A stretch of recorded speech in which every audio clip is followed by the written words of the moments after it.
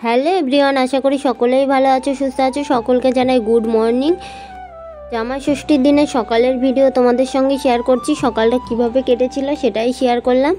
দেখো, ঠাকুরঘরে ঢুকে সব কিছু পরিষ্কার করে নিয়ে মিষ্টি নিয়ে এসেছিলাম আগের দিন, ফলটা আগের দিন নিয়ে এসেছিলাম।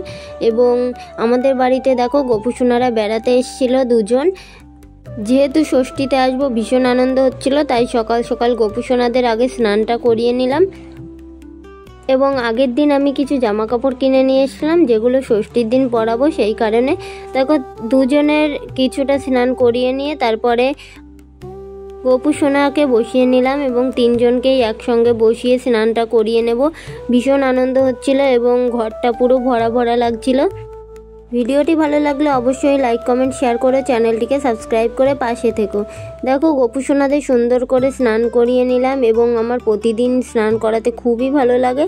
এবং জলে ব্যবহার করেছিলাম গঙ্গা জল, তার সঙ্গে মধু, চন্দন, ফুল, তুলসী পাতা।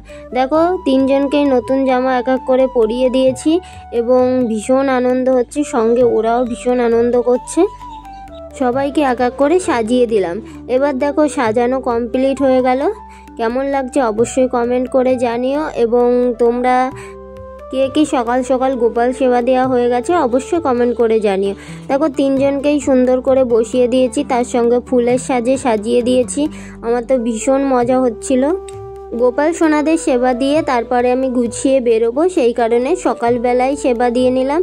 দেখো আমার গোছানো সব রেডি এবং গোপু সোনাদের সকলকেই সেবা দিয়ে দিলাম। সেবাই ছিল দেখো 5 ফল 5 মিষ্টি, যেহেতু জামাই ষষ্ঠীতে 5 ফল 5 মিষ্টি লাগে, সেই উপলক্ষেই আমরাও দিয়েছিলাম 5 ফল 5 মিষ্টি, তার সঙ্গে চিড়ে এবং বাতাসা।